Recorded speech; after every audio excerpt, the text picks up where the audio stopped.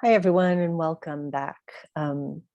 This is, we'll cover units 3 and 4 on resettlement and some of the benefits that go with that. سلام بر شما. امروز میخوایم قسمت های سوم و چهارم یونیت 3 و 4 رو پوشش بدیم راجع به جایگزینی مجدد. I'm going to share my screen. و این صفحه رو در اشتراک میذارم الان. Okay.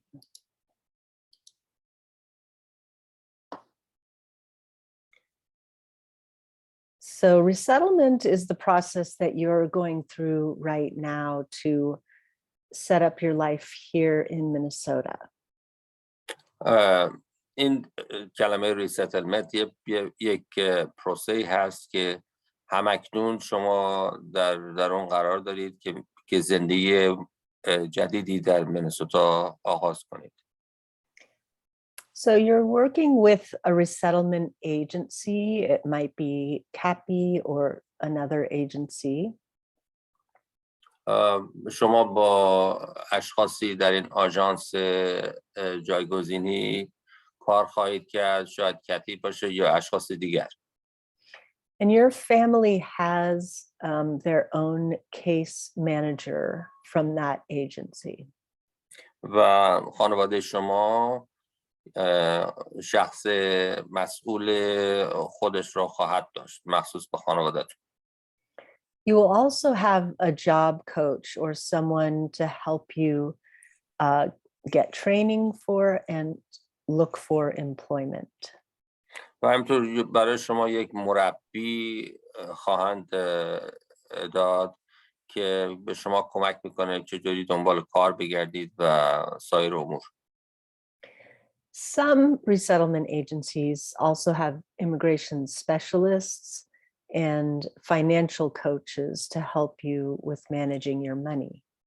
بعضی از این آژانس‌های جایگزینی در مضاف حتی شخصی هست که برای امورات مهاجرتی کمک کنه یا اینکه برای امورات مالی به شما کمک کنه. But we will talk about resources to help with finances and with your immigration status. بعداً ما راجع به امورات مالی و کارهای مهاجرتی صحبت خواهیم کرد.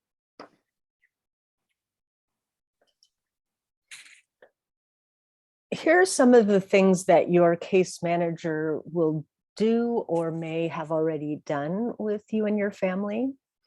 The case manager helps you find your first housing. این از این قبیل کارها رو کیس منیجر شما برای شما وظیفه‌شه که برای شما انجام بده یا اینکه انجام داده. از قبیل کمک کنه که به شما محل مسکن پیدا کنید. The case manager will make sure that the apartment has basic furnishings and items to help with kitchen and personal items. و همینجور کیس منیجر شما وظیفه دیگرش اینه که کمکتون کنه که برای آپارتمانتون مثلا مبلمان و سایر وسایل اولیه رو فراهم کنه. The case manager will take you to your first doctor's appointments. و همینطور شما رو برای دیدار با اولین دیدارتون با دکتر شما رو همراهی خواهد کرد.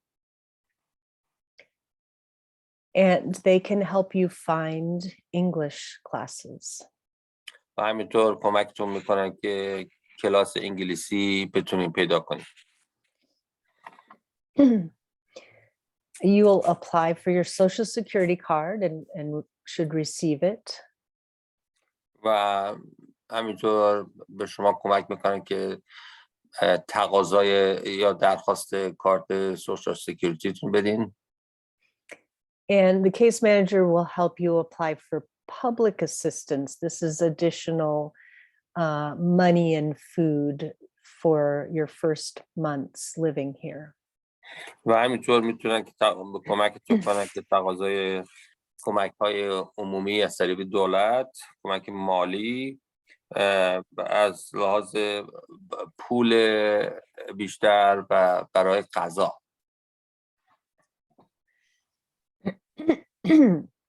So some things that you should know about the resettlement process. The services and benefits you receive are based on your family, so they may be different for each family.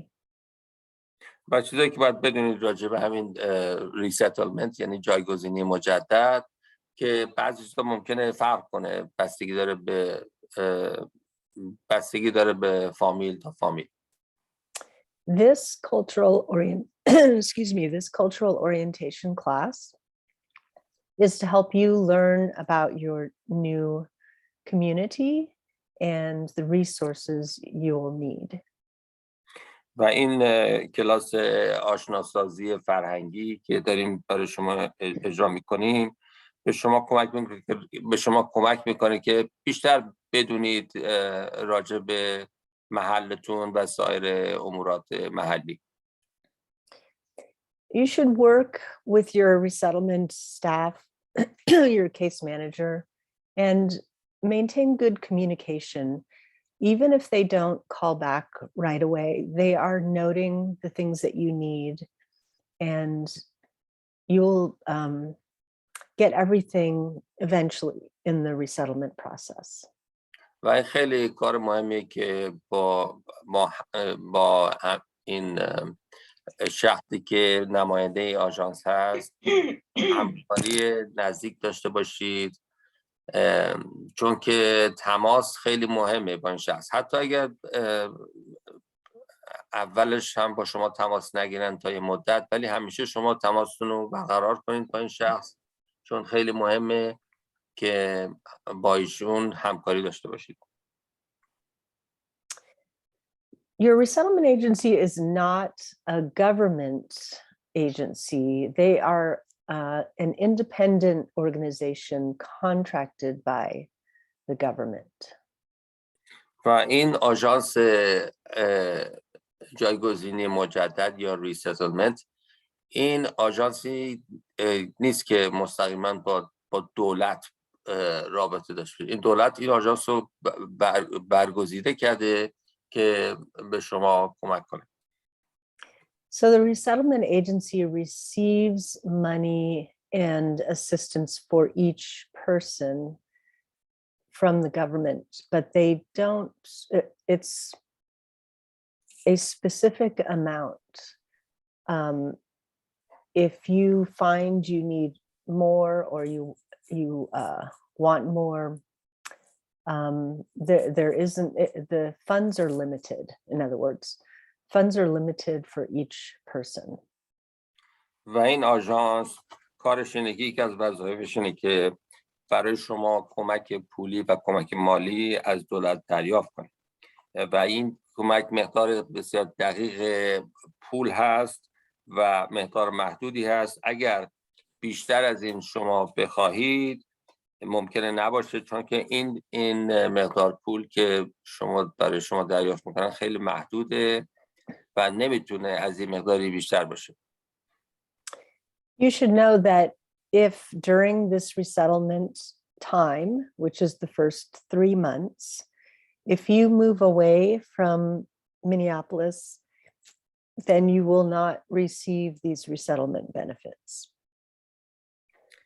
و در خاطر داشته باشید که در این 3 ماه اول که این پول دریافت میکنید، اگر از مینیاپولیس نقل مکان کنید دیگر این پول رو دریافت نخواهید کرد. So you're receiving 3 months of resettlement support and 6 months usually of paid rent. پس شما 3 ماه کمک میگیرید برای این جایگزینی مجددتون و 6 ماه هم کمک میگیرید برای اجاره خونتون. But if you move away before this, the end of this time period, you will not receive those benefits. ولی دوباره اگر نقل مکان کنین قبل از خاتمه این زمان دیگه پولی دریافت نخواهید کرد. After the resettlement period, though, you are free to move wherever you want. ولی بعد از این زمان شما میتونید هر جایی که دلت خواست برید. And one thing that kind of reflects the American culture in the American resettlement process, they expect people to be independent very quickly. و یکی از خواسته های این فرهنگ امریکا و هم تو فرهنگ آژانس اینه که میخوان مردم تا حد امکان به زود خودشون مستقل باشن، رو پای خودشون بایستن. So you're responsible for your own success here in the US, but this class is here to support you. So anything that you are looking for or feel you need, you can contact us and we can try to find those resources. و در این صورت شما مسئولی برای موفقیت خودتون و کار این کلاس اینه که به شما کمک کنه که هر چه زودتر به این موفقیت دسترسی پیدا کنید و از این رو اگه هر کاری از دست ما برمیاد برای شما انجام بدیم حتما با ما تماس بگیرید. This is just to show you some of the resettlement agencies here in Minnesota. I'm with the International Institute of Minnesota. There's the Minnesota Council of Churches, Lutheran Social Services, CAPI, and Catholic Relief Services. و اینی که می‌بینید یک فهرستی است از این آژانس‌های مختلف که کارشون همین جایگزینی اشخاص است در مینسوتا. این آژانس‌ها شامل همینی که ایشون یکی از نماینده‌اش هستند، International Institute of Minnesota هست، انستیتوت بین‌المللی مینسوتا و سایر آژانس‌هایی که می‌بینید که خیلی‌هاشون شامل کلیساها و لوتران و همچون کاتولیک میباشن. So you were assigned to one of these agencies, excuse me, as your resettlement agency, and you cannot change that, but you may receive services from some of the other agencies as well. و شما اسمتون به یکی از این آژانس ها منتقل شد، داده شد و این آژانس دیگه به نمایندگی شما کار میکنه. و با این حال میتونن آژانس های دیگه هم میتونن به شما دسترسی داشته باشن و به شما کمک کنن.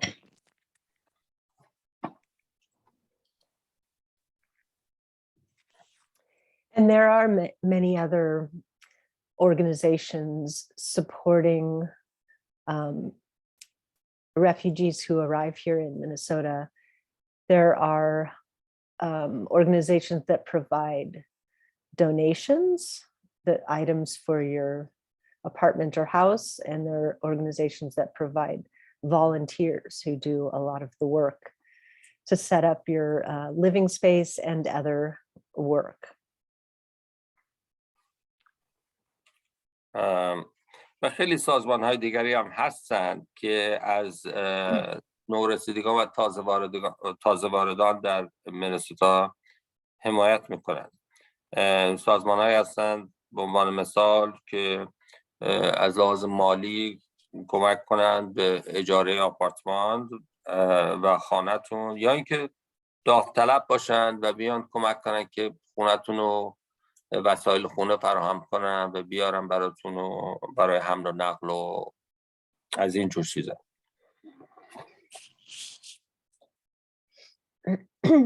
So your responsibility in the resettlement process is to attend cultural orientation class, or in this case, watch all of the videos.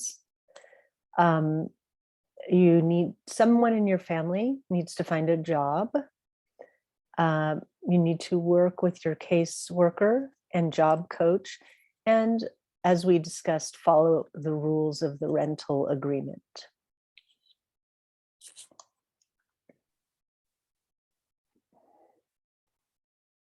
و از این رو مسئولیت شما اینه که حتما کلاساتون رو حتما به کلاس بروید و ویدیوها رو نگاه کنید. همین ویدیوهایی که الان میبینید همش رو نگاه کنید و اینکه یه نفر حداقل در خانواده در جستجوی کار باشه که کار پیدا کنه و اینکه با کیس ورکرتون همکاری کنید و قوانین مسکن و اجاره و اینجور چیزها رو خوب رعایت کنید. This is just to show some of the forms of ID. You'll receive a social security card, an identification card, and if you get a driver's license, it looks something like this. اینو بهتون نشون میدن که فرم های مختلف کارت های شناسایی، اونی که میبینید در بالا دست راست کارت سوشال سکیوریتی هست، دست چپ کارت شناسایی معمولی است و اون پایینی تصدیق رانندگی است. Social security card is needed when you get a job. They will take your number, and also usually to open a bank account. این کارت سوشال سکیوریتی خیلی لازمه، مخصوصا برای اشتغال بخوان شروع به کار کنین. کارت لازم دارین که ارائه کنید و همینطور اگه بخوان حساب بانکی باز کنید.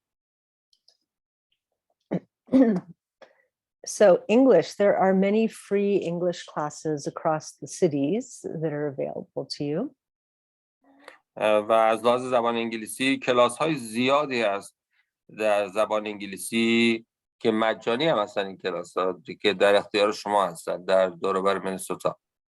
I'll tell you more about how to sign up for an English class at the end of this series. و بیشتر به شما اطلاعات خواهم داد راجع به چطور میتونین ثبت نام کنین در این کلاس ها. But here you can see there are many different types of English class. There's the different levels. You can also get practice writing in English, speaking in English, and pronunciation.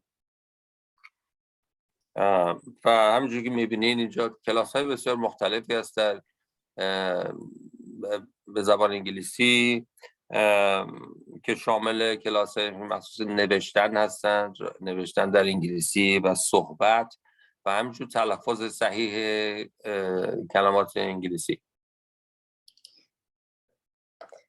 It's important to know when your assistance ends. So as I mentioned, the case manager, the help from the resettlement agency will end in 3 months, and the help with rent, paying your rent, ends after 6 months. و خیلی مهمه که بدونید که تاریخ اختام این کمک‌های مالی کیه، یعنی کمک‌ها کی تموم میشه. کیس منیجرتون در طی 3 ماه کارش تموم میشه و همینطور اجاره خونه، کمک اجاره خونه شما در طی 6 ماه تمام خواهد شد. But there are benefits that come through the local and state government that will not end because they're based on your income.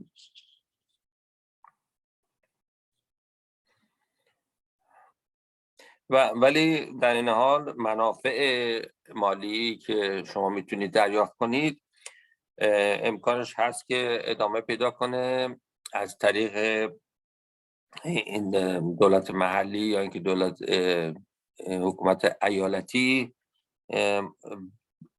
بستگی داره به درآمد خانوادگیتون، این منافع میتونه هنوز ادامه پیدا کنه. So let's talk about some of the things that you will find in your community and also some of the assistance that you may already have, but that will continue. پس بیایم نگاه کنیم به چند تا به چیزهایی که میتونین در محل دور براتون پیدا کنین و کمک هایی که حتی الان هم دریافت میکنین و ادامه خواهد کرد، پیدا خواهد کرد. So if you're seeing this video, you probably live in the Minneapolis or St. Paul area or one of the nearby cities.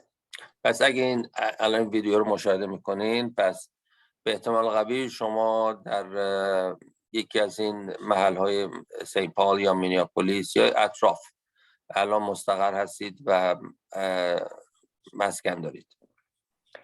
So you should find many of these things nearby where you live.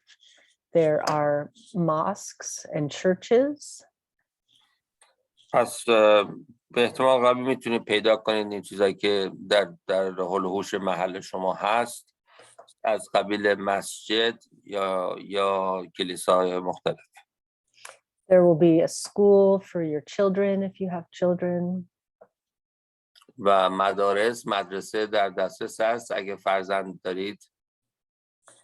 There are many public libraries that anyone can use. و همطور کتابخانه‌های عمومی که برای همه در دسترس همه هست.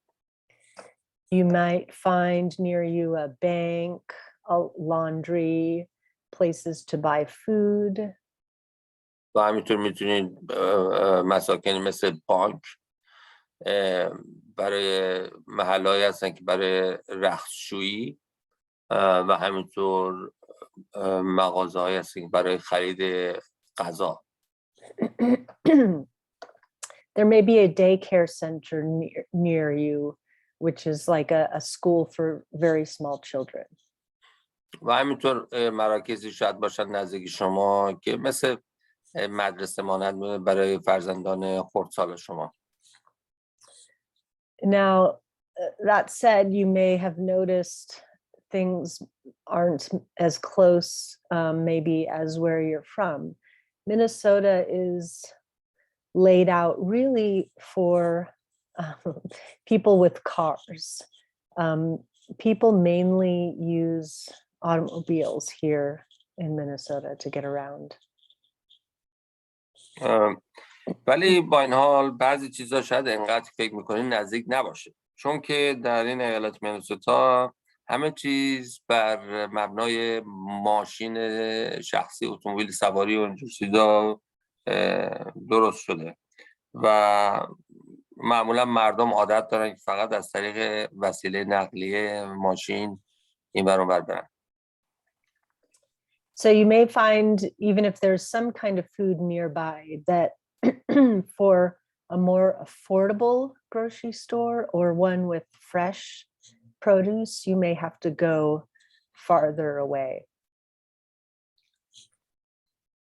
پس شما بر فرض اگر یه محلی هم باشه نزدیک شما که غذا و اینجور چیزا بفروشه، ولی شاید بهترین غذا از لحاظ کیفیت و از لحاظ قیمت اونی باشه که یه خورده دورتره.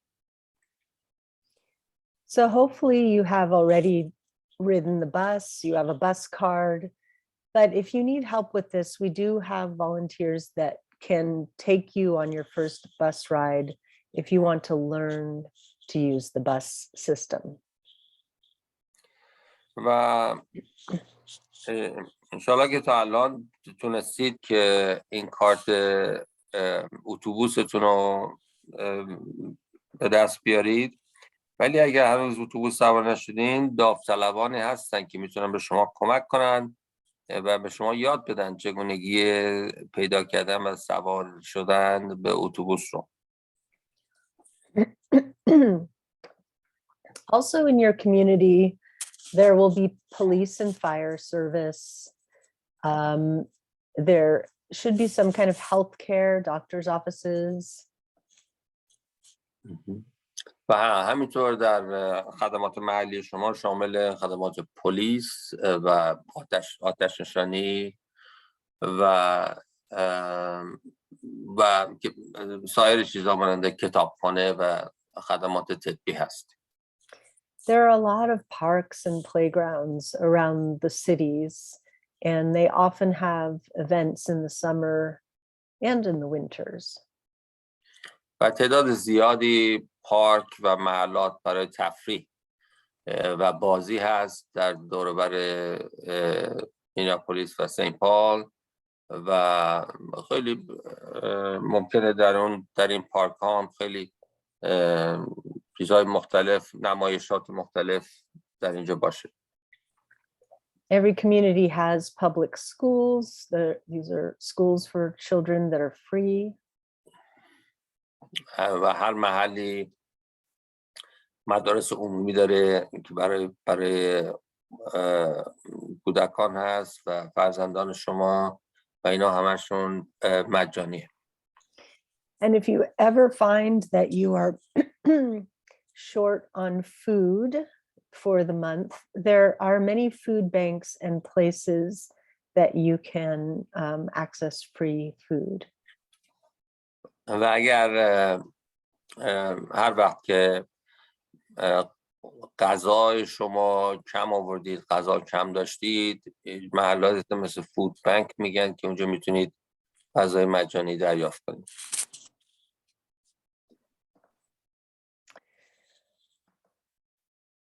I always advise everyone to get involved in your community. We talked about meeting your neighbors, go to community events. There are holiday events, things that happen in children's schools or the local mosque, and opportunities to volunteer.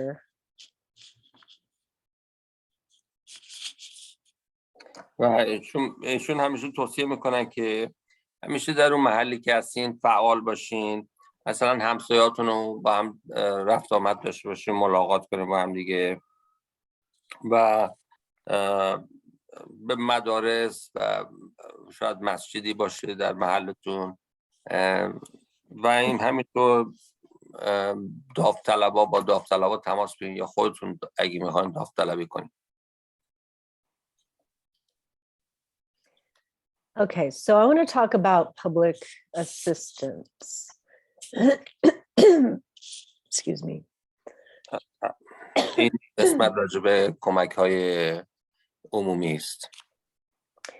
Public assistance is different than the resettlement benefits. این کمک‌های عمومی قدری فرق داره با اون منافعی که قبلا گفتیم از طریق آژانس جایگزینی مجدد. Public assistance does not come through the resettlement process. It is assistance for anyone living in Minnesota. و این کمک‌های عمومی، کمک‌های دولتی از طریق این آژانس جایگزینی مجدد نمیاد، ولی این برای همه اشخاصی که ساکن این شهر هستن میتونن از این کمک‌های عمومی استفاده کنن. So you probably already have an EBT card. So we sometimes call this food stamps. This is a card that allows you to buy food, and it may also have some cash assistance on the card. و حتما تا الان دیگه این کارت یک کارتی از کارتایی هست به عنوان کارت EBT بهش میگن، یا اینکه این بهش میگن تمبر غذا، یعنی کارتی که باش میتونید غذا دریافت کنید و همینطور میتونید پول نقد دریافت کنید. Right now, or in the beginning when you don't have a job, you should be able to get most medical health care covered for free through medical assistance. در اول کار که هنوز اشتغالی ندارید، کاری پیدا نکردید، ولی هنوز میتونید که از این از منافع این کارت استفاده کنید برای کارهای طبیتون.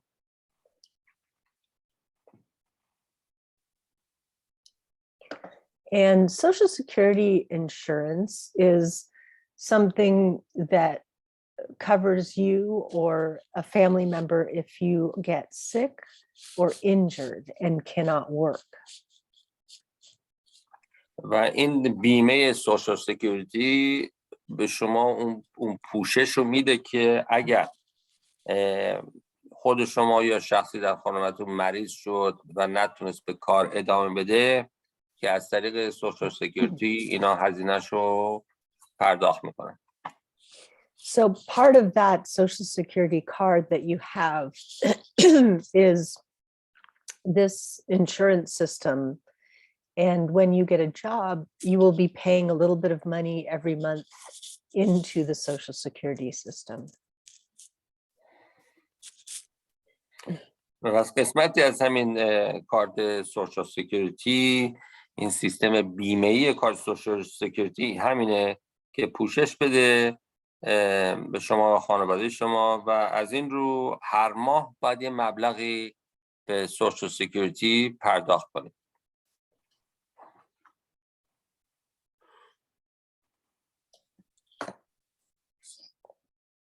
Okay, so this is kind of to illustrate resettlement benefits here on the left and public assistance, which is a separate set of help on the right. پس اینی که می‌بینید دو تا چیز کاملا مجزا هستن. سمت چپ از طرف اون آژانس جایگزینی هست، ریستلمنت هست، و سمت راست از طرف کمک‌های دولتی است که با هم فرق می‌کنه. You can see here on the left, you will be getting resettlement benefits in the first 6 months. For the first 3 months, help from the case manager and some cash assistance. For 6 months, help with rent.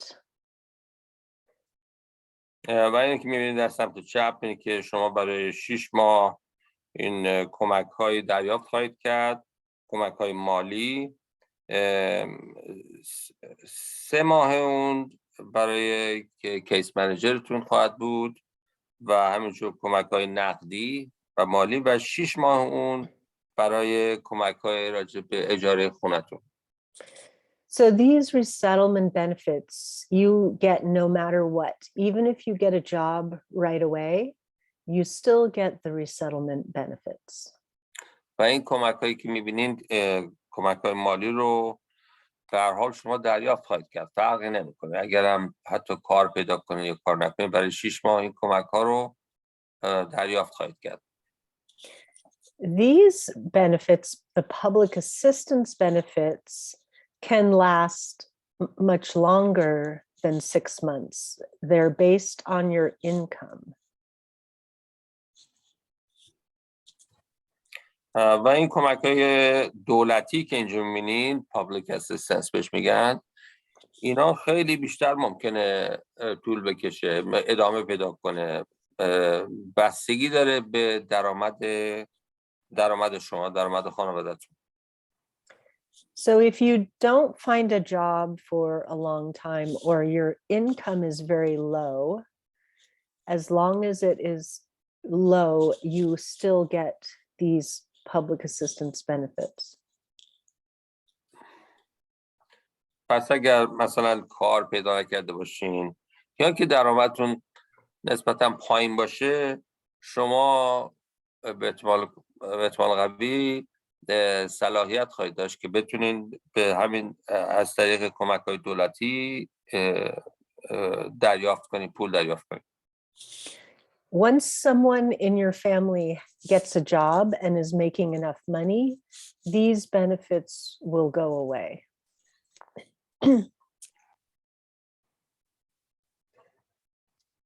وقتی و به محض اینکه کسی در خانواده شما یا خود شما کار پیدا کرد، دیگر این کمک‌ها تمام میشه، دیگه قطع خواهد شد کمک‌های مالی. I should say all but this. The Social Security disability is always there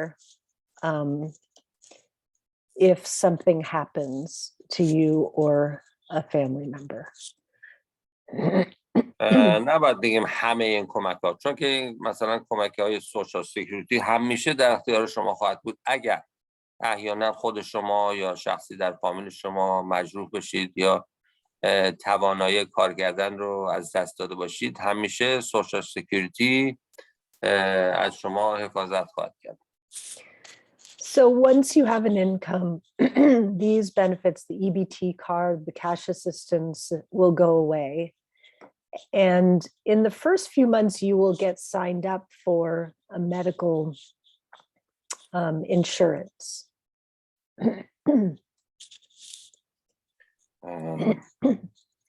So these, sorry, excuse me. These are based on income, the EBT card, and then the medical assistance is will change to a medical insurance. و وقتی که درآمد شما شروع به کار کردین، دیگه EBT و پول نقد تموم میشه، قطع میشه. و اون 6 ماه اول شما میتونید بیمه پزشکی دریافت کنید و اینا همه بستگی داره به اون مبلغی که از طریق EBT دریافت میکردید. Some people have asked me, is it better to keep your income low and get these benefits, or have no job and get these benefits? And I would say definitely no. These benefits are very little. It's just barely survival level. It's much better to have a job and make enough money for your family.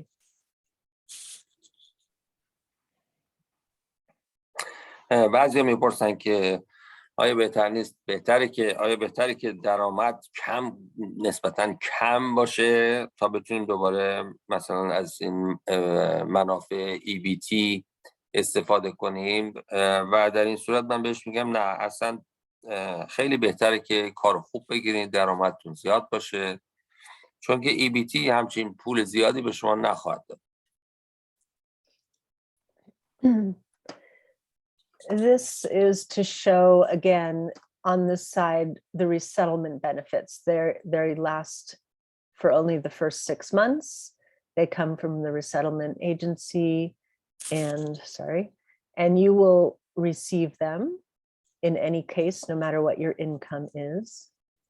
و اونی که می‌بینید در سمت چپ اون کمک‌هایی است که از طرف آژانس ریسیتلمنت یا جایگزینی مجدد دریافت می‌کنید برای 3 تا 6 ماه اول فقط، و از این آژانس دریافت میکنید و فرق هم نمیکنه. تا این مدت کماکان میتونید این پول رو دریافت کنید. The public benefits, on the other hand, are based on your income. If you get a job, for example, and then later you lose your job, you can reapply to get these benefits.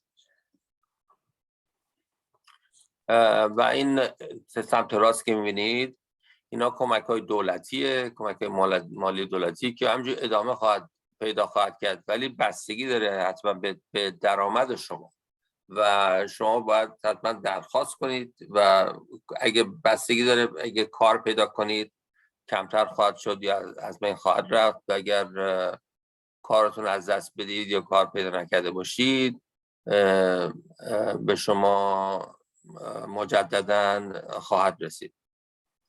So these public benefits are always there for you in case you need them, but I have to say they are not easy to apply for. It takes a lot of time, and it's actually much easier to stay employed.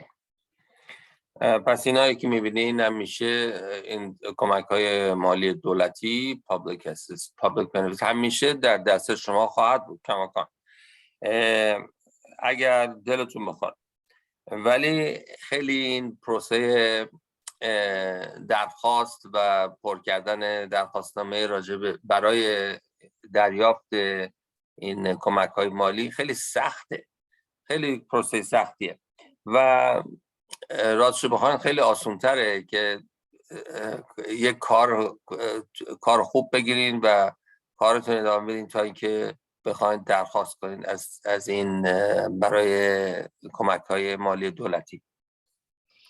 And again, I want to say about resettlement benefits, they are limited. So this is a good time to save money for the future when these benefits will end. و دوباره گوشزد کنم که این برای طرف چپ این ریسیتلمنت یا جایگزین مجدد، این منافعی که دریافت میکنه خیلی محدوده، یعنی برای 3 تا 6 ماه و از این رو فکر خوبیه که تا میتونید این پولی که میگیرید این پول رو پس انداز کنید برای آینده. You have to be really careful to budget and also to carefully plan your food, because it may not be as much food and as much money as you're used to. But even if you need more, there is not more available. In other words, if you have a need, it doesn't mean you will get more money or more food.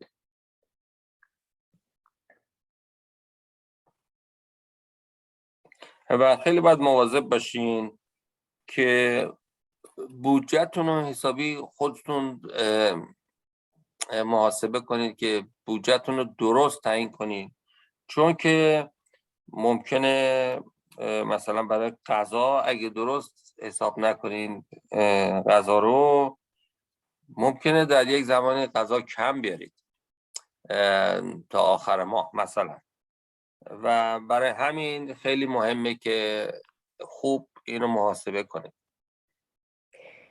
But we do have a list of resources, and I'm going to give you as many organizations and resources as I can that can help if you do get in trouble, if you do need food or other assistance. ولی خوشبختانه منابع زیادی هستن که میتونن به شما کمک کنن. این سازمان هایی هستن که میتونن به شما کمک کنن اگر کمک احتیاج داشته باشید، یا که اگه اشکالی پیش بیاد که پیش بینی نکرده بودید. سازمان هایی هستن که ما به شما اون فهرستشون رو خواهیم داد که بتونید ازشون کمک بگیرید. Okay, so we talked about most of these services, the EBT card, and I want to tell you about just a couple others. There is a program called WIC, which is a nutritional program to support mothers who have babies. و قبلا گفتیم به شما راجع به EBT، ولی الان چند تا چیز جدید میخوام بهتون بگیم که سازمانی هست به عنوان یک کارتی هست به عنوان ویک که ویژه مخصوص خانم ها و مادران هست با فرزندان. In our healthcare system, there is also mental health. There are resources for you to be able to talk to someone if you feel you need support.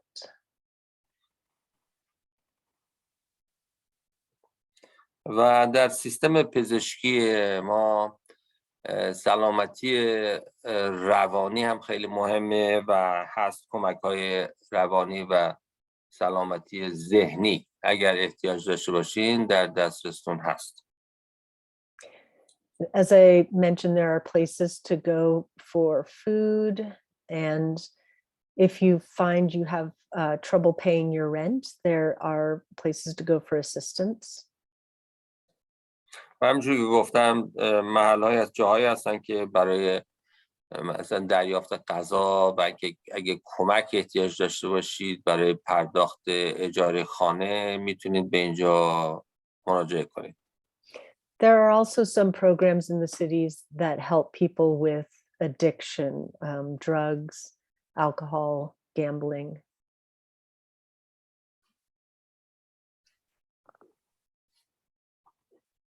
و همینطور جاهایی هستن در این دو شهر در توین سیتیز که میتونن کمک کنن به شما برای ترک اعتیاد مثلا اعتیاد به الکل، به مواد مخدر و همینطور چیزایی مثل قمار و از این قبیل.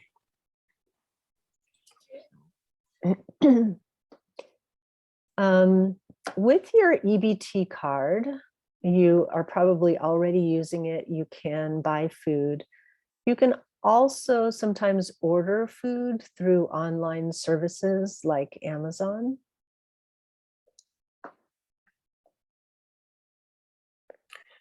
با کارت EBT که EBT که حتما الان استفاده میکنین، میدونید که میتونید غذا بخرید با این کارت، ولی همینطور شما میتونید غذاتون رو بدون که خودتون وارد مغازه بشین، غذاتون رو دستورش رو بدین که براتون تهیه کنن.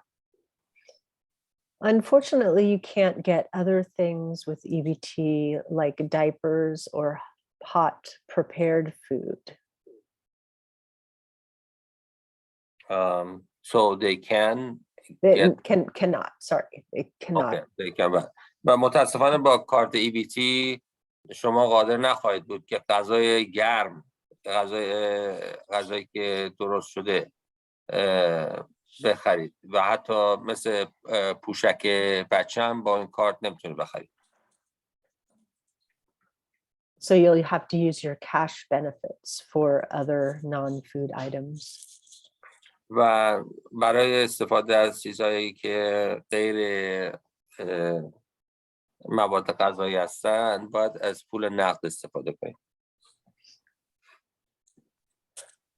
In the slideshow that you'll receive, there are links to some of these programs I mentioned that can give you assistance.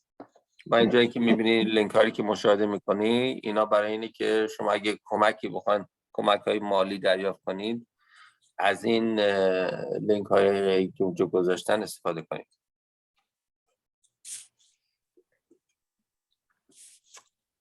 Okay. So let me stop sharing. That's the end of this unit on resettlement and benefits. See you in the next unit. و اینجا به خاتمه این قسمت رسیدیم و در قسمت بعدی شما رو خواهیم دید. And thank you, Sahil, for your interpretation. You're very welcome.